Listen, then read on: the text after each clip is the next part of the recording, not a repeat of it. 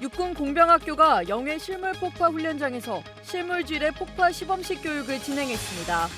이번 교육엔 레이저 폭파 장비를 활용한 도로 폭파 시연이 처음으로 공개돼 눈길을 끌었습니다. 교육 참가자들은 직접 실물 폭약의 파괴력을 경험하며 미래 전장에 대한 실전 감각을 높였습니다. 이재명 대통령의 지시에 따라 우리 군의 대북 확성기 방송이 어제 오후 2시를 기해 전면 중지됐는데 이에 맞춰 북한의 대남 소음 방송도 중지됐다고 합동참모본부가 밝혔습니다. 이 대통령은 이번 조치로 남북이 군사적 긴장을 완화하고 서로에 대한 신뢰를 다시 쌓아갈 수 있길 기대한다고 말했습니다. 국방부가 비정규군 공로자 24명에게 무공훈장을 서운하는 행사를 개최했습니다. 국방부는 6.25 전쟁 당시 미군 소속으로 작전을 수행하며 혁혁한 공을 세우고도 서운이 누락된 참전 영웅들을 찾아 훈장을 수여하며 그들의 희생에 감사를 전했습니다. 4, 3, 2, 1, 발사.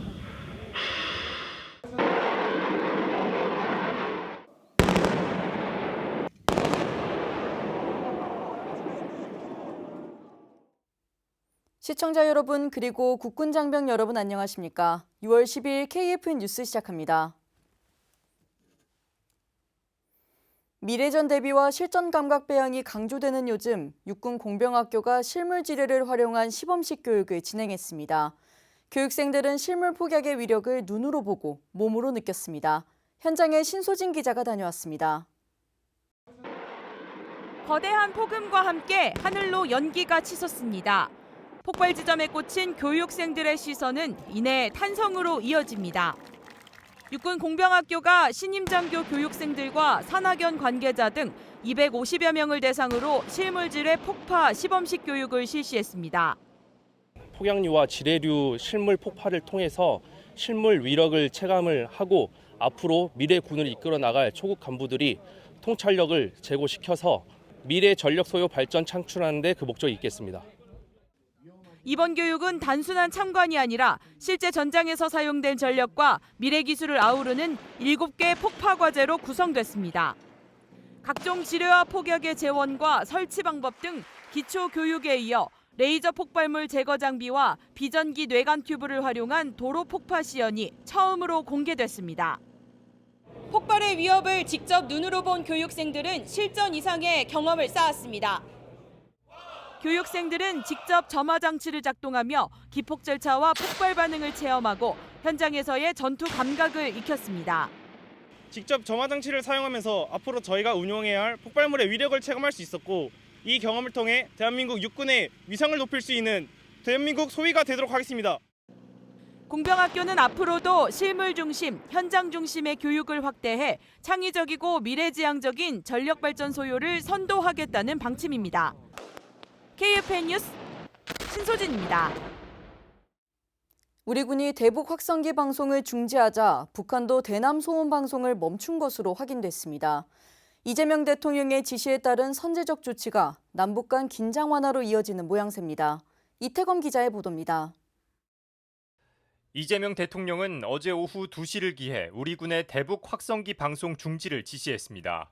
대통령실은 이번 대북 방송 중지가 남북 신뢰 회복과 한반도 평화 정착 의지를 담은 정부의 의지라고 밝혔습니다. 북한은 다음 날 대남 소음 방송을 멈췄습니다.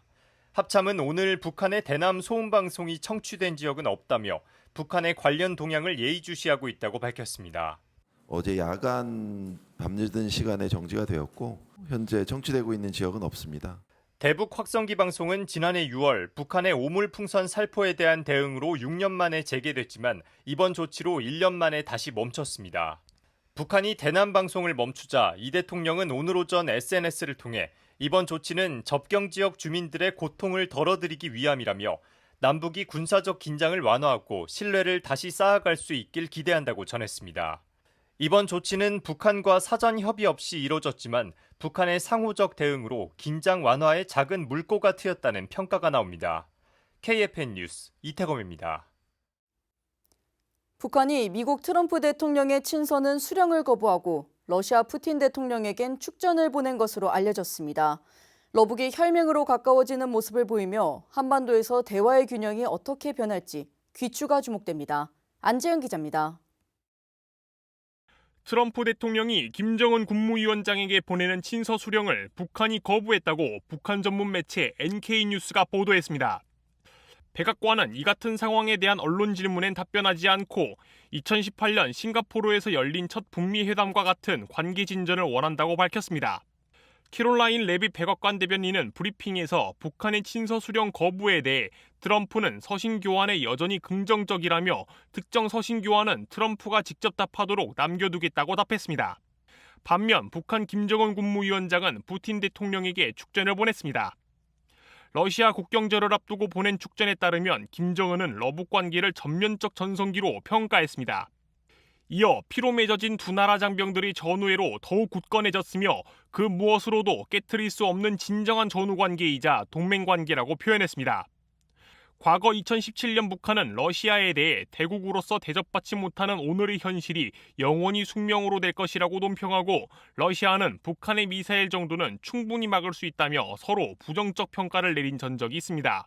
하지만 2024년 러북 관계는 혈맹으로 변모했으며 북한은 미국의 제의에 대응하는 모습을 보이지 않고 있지만 과거처럼 언제든 돌아설 수 있는 불안정한 동맹으로 평가받습니다. 지금은 푸틴이 전적으로 도와주고 있으니 김정은이 배가 부르고 아쉽지 않지만 그런 러북 관계가 흔들리고 나빠지면 김정은은 다시 또 돌파구를 찾아야 되고 그것이 다시 미국일 가능성, 한국일 가능성도 있단 말이죠.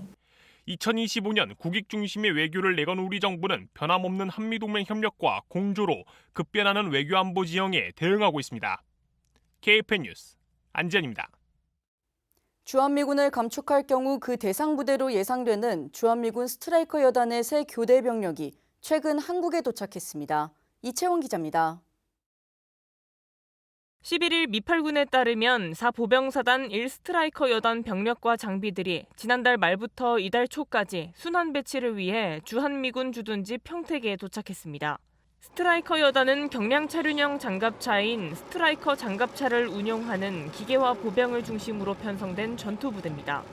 여단장 제이클린트 티서랜드 대령은 이번 배치는 단순한 순환이 아니라 전투력을 연마하고 대한민국과 약속을 실천하는 소중한 기회라고 말했습니다. 임무를 마치고 워싱턴주로 복귀하는 고스트 여단은 9개월간 한반도에 배치돼 프리덤 실드와 육군 과학화 전투훈련 등 다양한 연합훈련을 실시했습니다. 스트라이커 여단은 M1 에이브람스 전차와 같은 중기갑 장비 대신 차륜형 스트라이커 장갑차 300대와 병력 4,500에서 5천여 명 등으로 편성되며 평택과 동두천 등에 주둔하는 것으로 알려졌습니다. 지난달 미국 언론에서 주한미군 4,500명 철수검토 보도가 나왔을 당시 병력 규모가 비슷한 스트라이커 여단이 그 대상이 될 수 있다는 관측이 제기되기도 했습니다. 다만 미 국방부는 국방부가 주한미군을 감축할 것이란 보도는 사실이 아니다라며 해당 보도를 공식 부인한 바 있습니다. KFN 뉴스 이채원입니다.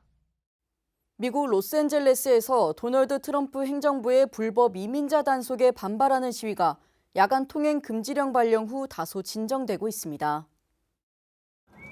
캐런 베스 LA 시장은 시위가 집중적으로 벌어지는 지역을 대상으로 저녁 8시부터 다음 날 오전 6시까지 통금령을 발령했습니다. 베스 시장은 통금령이 약탈과 기물 파손 행위를 방지하는 데 효과가 있었다고 밝혔습니다. 트럼프 행정부가 동원한 캘리포니아 주 방위군 일부 병력은 이민 세관 단속국의 불법 이민자 단속을 돕고 있으나 해병대의 임무 투입 시점은 명확하지 않은 것으로 전해졌습니다. LA 시위는 소강 상태에 접어들고 있지만 이민 세관 단속국이 공격적인 체포 작전을 벌이면서 미국 24개 도시에서 시위가 발생하는 등 반발 분위기가 미 전역으로 확산하고 있습니다. 중국 해군의 항공모함 2척이 대양으로 진출해 처음으로 합동 편대 훈련을 실시했습니다. 김철환 기자의 보도입니다. 중국 해군은 10일 공식 소셜미디어 계정을 통해 최근 중국 해군 랴오닝함과 산둥함 항모편대가 서태평양 등 해역에서 훈련을 실시했다고 밝혔습니다. 특히 항모편대의 먼바다 방위 및 합동작전 능력을 점검했다면서도 특정 국가나 목표를 겨냥한 것은 아니라고 강조했습니다. 중국 관영 매체 환구시보는 이번 훈련은 중국 해군의 항공모함 2척이 서태평양에서 최초로 실시한 쌍항모 편대 훈련이라고 보도했습니다. 앞서 일본 방위성은 미나토리시마 남서쪽 300km 배타적 경제수역에서 중국 항공모함 랴오닝함과 구축함 3척 등 중국 함선 4척이 항해하는 것을 확인했다고 밝힌 바 있습니다. 미국 군사매체는 이번 훈련에 나선 랴오닝함은 함재기로 최신형 J-15T를 탑재하고 있었다고 분석했습니다. J-15T는 러시아의 함재기 수호이 33을 불법 복제한 기종으로 항모의 사출 장치를 견딜 수 있는 랜딩 기어와 위상 배열 레이더 등을 갖춘 것으로 알려져 있습니다. 중국은 이번 훈련을 통해 미국 해군의 작전 지역이자 대한민국, 일본, 대만, 호주 등 미국의 동맹국들이 접한 서태평양으로 영향력 확장을 꾀하는 것으로 추정됩니다. 또 최근 서해 한중 잠정 조치 수역에서 신형 항모 푸제남을 시험 운항하기도 하는 등 항공모함을 이용한 주변국 압박 수위도 높여가는 모양새입니다. KFN 뉴스 김철환입니다. 공군교육사령부가 수산물 데이를 진행했습니다. 국내 수산물을 셰프가 직접 요리해 선보인 수준 높은 한 끼 식사는 모두의 입맛을 사로잡았습니다. 김은진 기자의 보도입니다. 공군 교육사령부가 5성급 호텔 그랜드워커힐 조리장 조성현 셰프 등 6명의 셰프들을 초빙해 직접 조리한 음식을 부대원들과 함께 나누는 특별한 시간을 가졌습니다. 이번 행사는 장병들의 사기 증진과 국내산 수산물에 대한 선호도를 높이기 위해 수협중앙회와의 협업으로 마련됐습니다. 셰프들은 항공과학고등학교 학생식당에서 약 500여 명의 참석자들에게 국산 수산물로 조리한 물회와 바다장어 오븐구이 등 평소 부대에서 쉽게 접하지 못했던 식단을 제공했습니다. 우리 수산물을 이렇게 맛있고 수준 높은 음식으로 접하게 되어 영광입니다. 이번 행사를 통해 한가고 학생들의 국산 수산물에 대한 호감도와 신뢰도를 높이고 건강한 식습관을 유지하는 계기가 되었으면 좋겠습니다.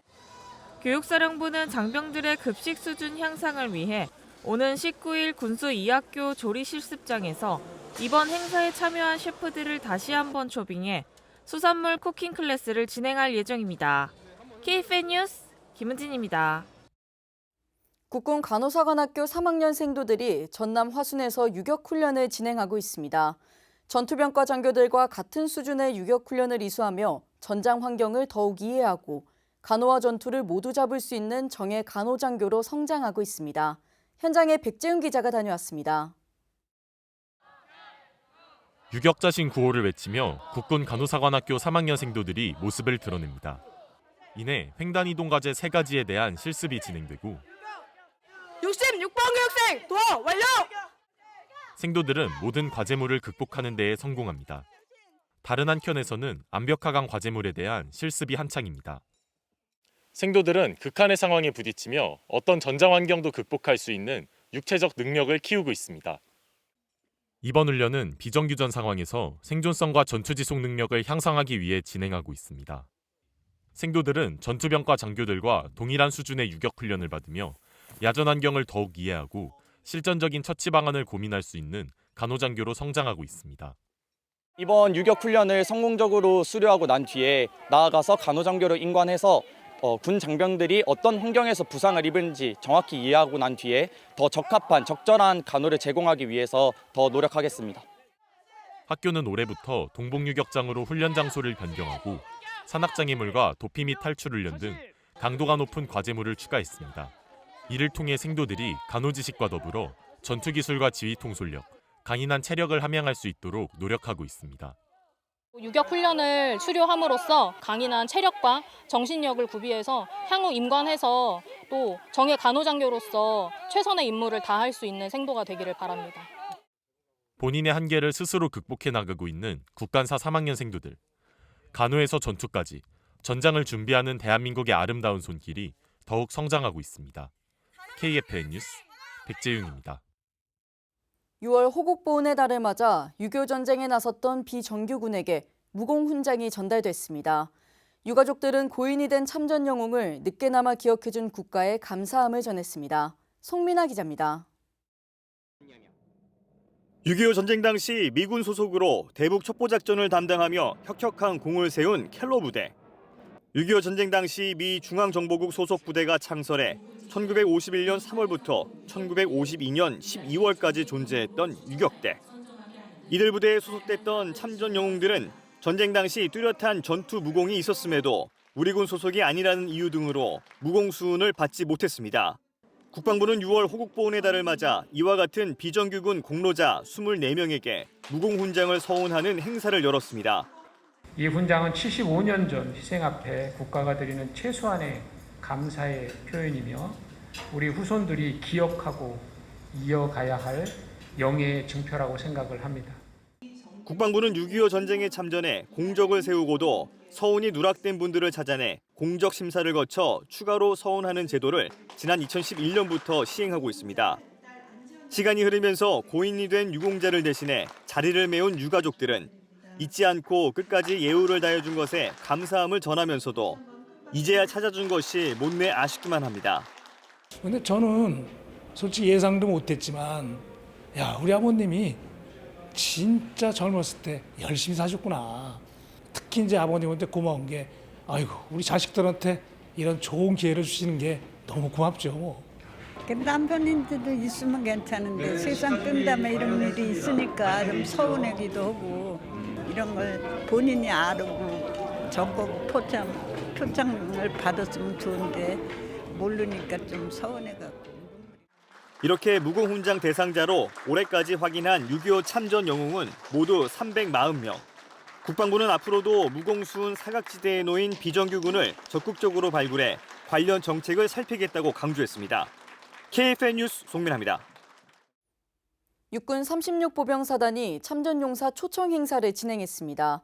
참전용사들에 대한 감사함을 전한 본행사 이후에는 의료 지원과 사진 촬영도 진행됐습니다. 김은별 기자입니다.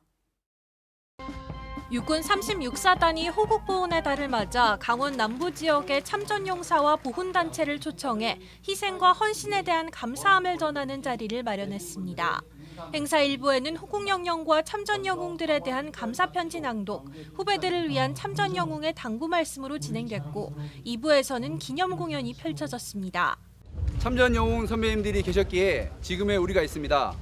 앞으로도 36사단 장병들은 참전 영웅들을 예우하는 문화를 확산해 나가는 가운데 흘리신 피와 땀, 헌신을 기억하면서 국가와 국민의 안전을 지키는 군 본연의 임무에 매진해 나가겠습니다. 공식 행사 이외에도 사단과 업무 협약을 맺은 한방병원과 치과, 그리고 사단 의무대로 구성된 건강검진지원단이 참전용사들에 대한 의료 지원을 했습니다. 지역 사진작가협회에서는 나라를 위해 젊음을 바친 영웅들의 희생을 예우하고 널리 알리고자 제복 입은 참전 영웅들의 사진을 촬영하며 의미를 더했습니다. 육군 36사단은 6월 호국보훈의 달을 맞아 6.25 참전영웅 초빙 강연 및 위문활동, 6.25 참전용사 훈장 전도식 등 다채로운 행사를 진행하고 있습니다. KFN 뉴스 김은별입니다. 이어서 오늘의 국방단신 전해드립니다. 19차 한프랑스 군사교류 회의가 합참에서 개최됐다고 합동참모본부가 밝혔습니다. 한프 군사교류 회의는 한반도 및 유럽 안보 상황에 대한 이해관계를 넓히고 양국 간 군사 분야 협력을 강화하기 위해 실시되는 장성급 정례회의체입니다. 이번 회의에는 권영민 합참 전략기획부장과 파트리크 바글리오 프랑스 합참 국제협력본부 부장이 양측 대표로 참석해 깊이 있는 논의를 진행했습니다. 해군 기동함대 사령부 4,400톤급 구축함 왕건함이 전비태세 향상훈련을 실시했습니다. 훈련은 2주에 걸쳐 진해군함과 동남해 일대에서 이뤄졌습니다. 훈련에서는 왕건함이 해상기동하는 가운데 함포 사격과 대함, 대잠, 대공, 전자전 등의 상황에 따른 전투 배치 훈련, 손상 통제 훈련 등이 진행됐습니다. 공군 1 미사일 방어 여단이 지난달 13일부터 오는 20일까지 예하 미사일 방어 부대를 대상으로 2025년 전반기 기동 방어 훈련을 실시하고 있습니다. 장병들은 적의 여러 공중 위협을 가정해 추적 요격하는 방공 훈련을 진행했으며 특히 군 위성통신체계 툴을 활용해 유무인 통신망을 동시 연동, 작전 통신의 신속성과 안정성을 확보하는 훈련을 진행했습니다.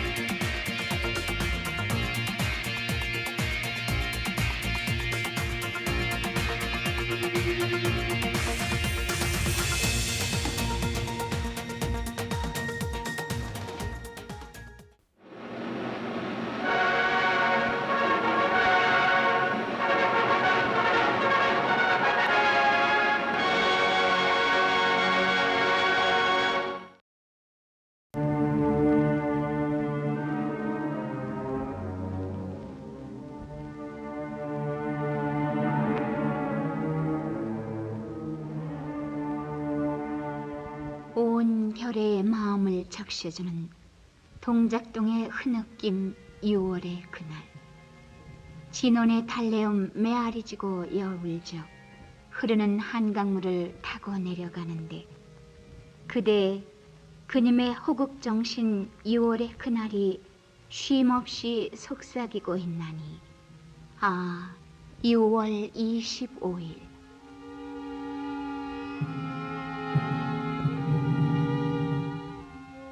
기쁠 때나 슬플 때나 의례껏 그 희비를 함께 나누자고 속삭이는 가신님들의 고운 마음씨. 그러기에 저희들은 6월의 교훈, 6월의 바램, 6월의 원한을 듣고파 연희 때처럼 영령 앞에 고개 숙여 그 넋을 달랜답니다.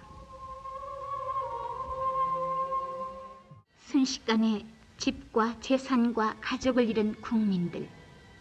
그러나 목숨보다도 소중한 자유와 평화를 놈들에게 빼앗길 수 없었기에 우리 국민들은 모두가 나무로 고달픈 피난길에 나서지 않으면 아니 되었던 그때 그날.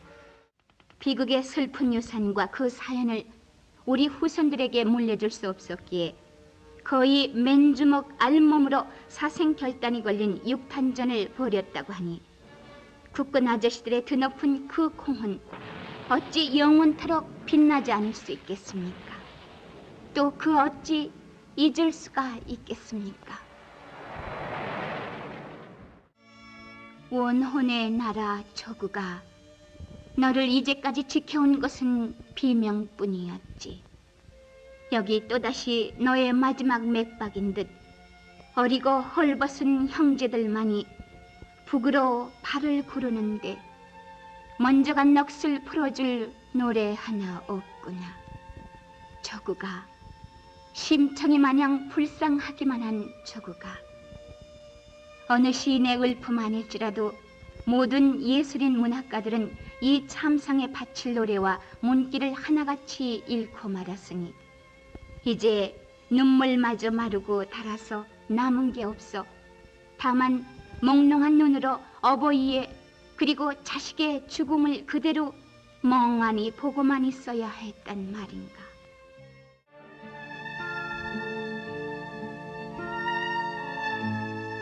누비고 싶고 찾고 싶은 조국 산역. 우리의 땅인데 오가지 못하는 원한의 산역. 천벌을 받아 마땅한 동적상전의 죄를 사슴없이 자행하고서도 누이침이 없는 공산주의자들을 눈앞에서 보고 저희들은 통일의 염원이 하루속히 이루어지기를 손모아 빌고 또 빌었습니다.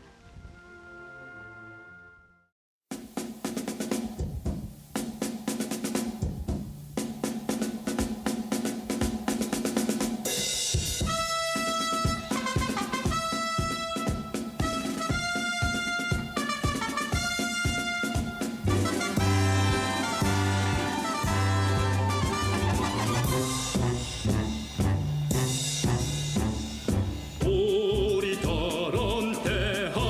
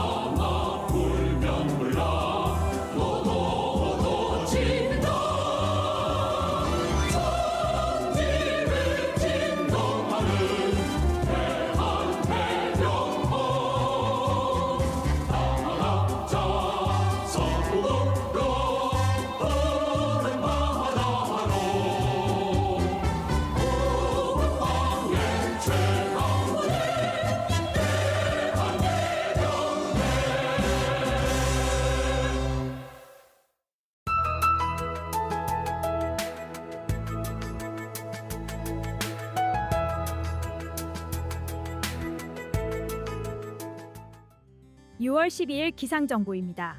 오늘도 고기압의 영향을 받아 내륙은 대체로 맑겠으나 낮 동안 자외선과 오존의 주의가 필요하겠고 제주도에는 올해 첫 장맛비가 시작되겠습니다. 어제 제1호 태풍 우딥이 발생하였고 직접적으로 영향을 주진 않겠지만 다량의 수증기가 정체 전선을 강화하면서 많은 비가 내릴 전망입니다. 오늘은 종일 맑은 날씨가 유지되겠으며 제주 및 남해상은 5에서 10mm의 비가 내리겠습니다.